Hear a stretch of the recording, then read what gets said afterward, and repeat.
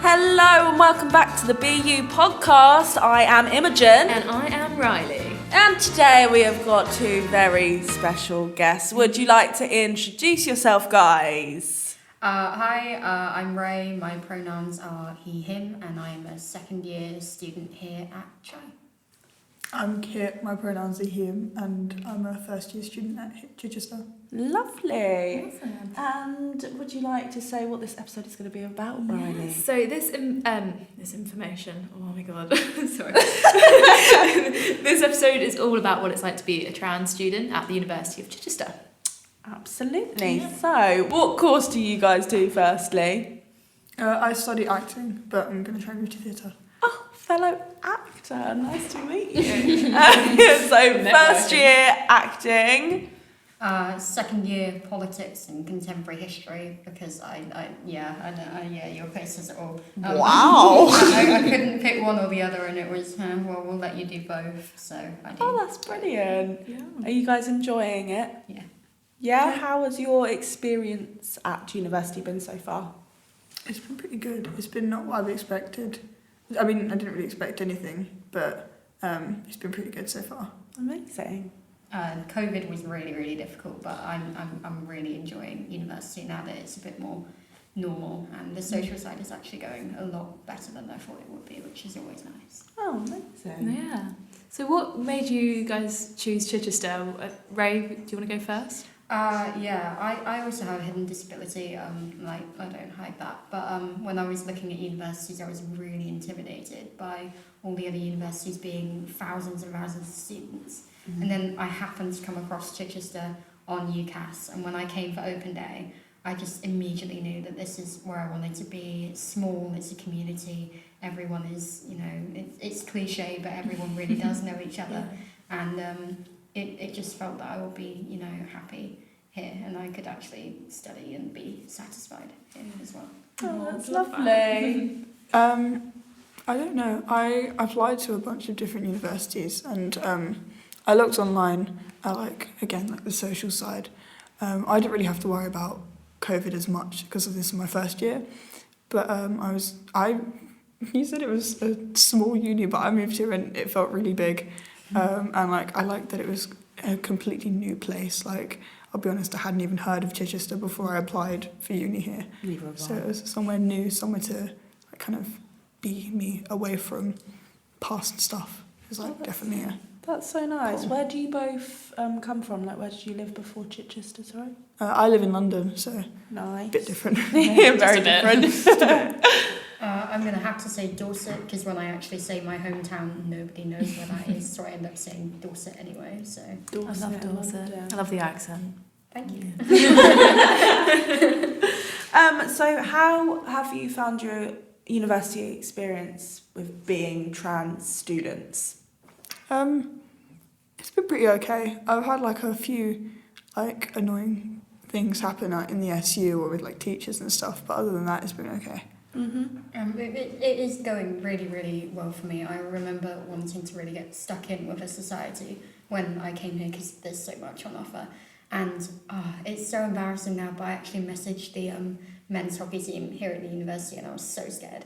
And it's I wonder if they'll let me in. And they messaged me back saying, come along to the taster session anyway. And I must be doing something right because I'm now their secretary for this year. And I know, fancy committee role. It is going incredibly well. They are my best mates, and I'm exceptionally lucky to have a team that, really, really accepts me. And I can always go to them if I need anything. So in terms of being supported as a transgender student, I couldn't ask for anything better than that because they support me unconditionally, and we are a little bit of a family, and they're going to kill me for saying all of this. That is so lovely. No, it's fantastic, the support I've received here being a trans student. Yeah. Did you have any concerns before starting university, coming to university as a trans student? Would you be comfortable sharing? I didn't know what to expect, especially halls-wise. I didn't know if it was just going to be all boys in one halls or if all girls, whatever. So I didn't know if I was going to end up being placed with all girls despite being male presenting. And then also if I was put with all boys, what their reaction would be. And then I was just the general kind of like, oh no, what am I going to do if something goes wrong? Because I can't exactly go home quickly and just talk to my mum about it. But yeah, I don't know. I was more worried about the classroom based thing because sixth form was really, really difficult for me because I felt that I wasn't really supported in the classroom. But I remember when I met my academic advisor, he kicked it off with his name and his pronouns, and it was kind of immediately I kind of knew that I was going to be, you know, accepted and supported in the classroom. So every single worry that I had about being a trans student, within 2 or 3 weeks, it kind of just disappeared and it was all just gone, which is fantastic. That's brilliant. Did you guys start to transition before university? And if so, if you're comfortable sharing, when did you know that you were transgender? I came out as trans in year 9 to everyone, but I knew I was trans in like late year 7. I've kind of been transitioning since then, but mainly socially because I haven't started any hormones, unfortunately. I think I've known for like a while, but I didn't really have the words to express it. And then about 14, I really thought about it, and then I kind of had a personal tragedy which put it all back on the. It was kind of just thrown back while I tried to deal with this horrific trauma.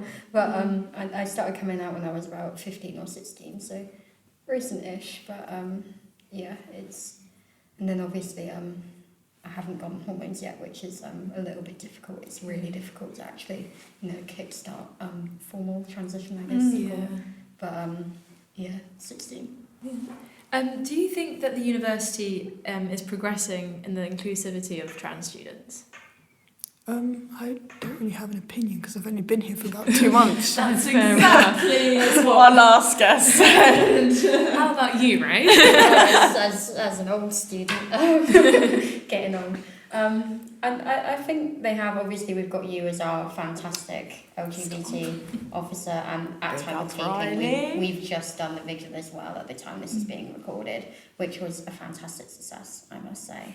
It's been great to see more people, you know, try and support the trans community as well with the pronouns in the emails and talking about important stuff like having my blog post about being a trans student circulated on the university Twitter. That's pretty self-explanatory for, you know, how the university supports trans students. So the university and the students' union are doing a fantastic job in making sure that trans students are properly represented and our voices are heard, and we are also adequately supported by our allies as well. Yeah, I agree. I think the community is really building now, and I think everyone has each other's backs and just uplifting each other. It's really nice to see. Yeah. How was the vigil? Did you both go to the vigil? Yeah. Vigil. How was that? What was that like last It night? was really nice. It was quite moving. I don't know why, but I didn't expect that many people to show up. And it was quite like, yeah. I mean, Jackson's piece kind of like hit. It was like, oh. But yeah, it was quite nice. Do you want to explain what it actually was for people listening that don't know what it was? Yeah, so we've just come to the end of Trans Awareness Week, and it basically at the end of the week there's always Transgender Day of Remembrance, which is just remembering all the people who had lost their lives in the past year due to anti-trans violence. It also does take into consideration those who have taken their lives. I think the statistic in England, it's a bit outdated now, but it's, I think by the time a trans person's 22, they would have 48% of them would have tried to take their life, which is a ridiculous statistic. I think I might have butchered the numbers, but it's definitely about half. Wow. And it kind of just encapsulates, you know, this is a very real issue. A lot of the murders happen overseas, but we can't be blind to the country we're living in. Definitely and not. the trials and tribulations we all face. So it was just a candlelit vigil with just sharing some of the horrific stats, and then one of our students, Jackson, wrote a poem about the trans experience, and then I read a piece just about being trans as well. And yeah, it was really well attended, and I didn't expect it. It was like, as soon as I saw everyone with their candles, like it was just like fire everywhere. But it was really moving just seeing people turn up. Yeah. And that's the biggest thing people can do, is just turn up. Yeah. Turn up for us. Is this the first year that that's happened? I believe so. I'm not seen it done at uni since I've been here No, or so heard about it. That in so- itself is progress. Yeah, and it was nice to see staff members turn up as well. Yeah, Like one of my that was lecturers awesome. turned up and I was like, oh my goodness, you're here. She was like, of course. So yeah, I think the whole university is getting there. It really is. Ray, you mentioned a blog. Do you have a blog? I do. I haven't written anything on it for ages, which is absolutely shocking, but that's because I've been monstrously busy with, studying like I getting should a be. degree. That's Yeah. okay, you are at university. You Go know, on. I'm here to do a degree and not here to lark about. But oh dear. I think, Shameless plug. Go on. Plug Go the on. blog. it's raystudies.blogspot.com, and I really probably should put something on there. Should. Doesn't mean I will. But I think this is going to have to go on there, definitely. This is a proud moment. Yeah. Was there like a reason that you wanted to blog and document your time at uni? Being a student with a hidden disability and being trans, you can see one or the other, which isn't a bad thing, but it's more that I wanted to make people aware that it's like, hey, I'm trans and disabled and I'm going to get a degree. Yeah. I'm going to have at least one degree. Hell yeah, you are. I'd like more than one, but I'm going to get a degree, and I put stuff on there like this is how I do it, and this is my tips for like how I've explored being trans at university, and this is how my university has dealt with it. Yeah. So it's more about possibly inspiring other people, like, I can do it, so maybe you should take the jump as well if you think that you can do it, and you're not on your own, and stuff like that. So. It's so enlightening because I think there is a huge link between the hidden disabilities and having the trans identity as well, because healthcare in general for trans people is something, to say the least. And so when you do throw in stuff like disability, it just becomes even more complex. So, Mate, you have no idea. yeah. What are the main things that you two think listeners need to take away from this episode, and what they need to learn about transgender people? I think it's just listen to us. Like, if we tell you that, like, something's transphobic or it just hurts when you say it, listen to us. And, like, when someone, like, corrects you on their, like, pronouns, if you say, I'm sorry. I saw this post, like, floating around a couple of days ago. If you say, I'm sorry, it kind of makes the trans person feel like they have to go, oh, no, it's okay. If you just say, thank you, and then move on. Don't make a big song and dance out of it. And just listen to people when they tell you, like, this is something that's not okay, or this could really help. And like especially staff members and like teachers and stuff, if they listen to their students more than it like about things going on in class, because like in secondary school no one listened, and like I went to an all-girls school, and so like dealing with that was just hell. And to have like teachers here who like actually listen, it does help. And like if more teachers listen, and if more teachers or just staff in general pay attention to those trans students, it makes a massive difference. Yeah, definitely. Because I think some people can get quite defensive when they don't understand. But if a transgender person is telling you that something is offensive or transphobic, then I think people need to listen to that and just kind of accept that and be like, I'm sorry. And if they didn't understand, then they didn't understand, but actually accept what you're saying and not get defensive about it. How about you, Ray? I think listening to us, obviously I can't speak for every single trans student, every single disabled student, but definitely listen to us as well. I think curiosity is okay as well. Like, it is okay to not understand, but it is, if you don't understand, then education is important. It doesn't take much to educate you, and I don't mind answering the odd occasional question, but it really says something about a person when they go away and like actually look it up. And I've had friends like go away and look it up, and they've come back going, I know what I did wrong, and I'm sorry, and it's the promise to do better. It can like change my day completely. So people, just trying to understand us and accept us unconditionally is so critically important. Is it important to the both of you that people display their pronouns on social media, and when speaking they state their pronouns?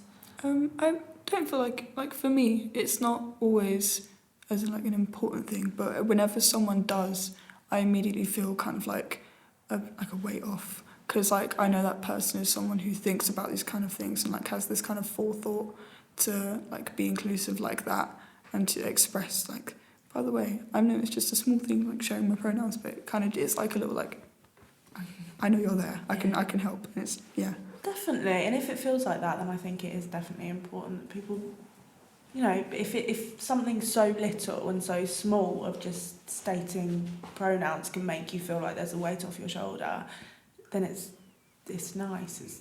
It's you should.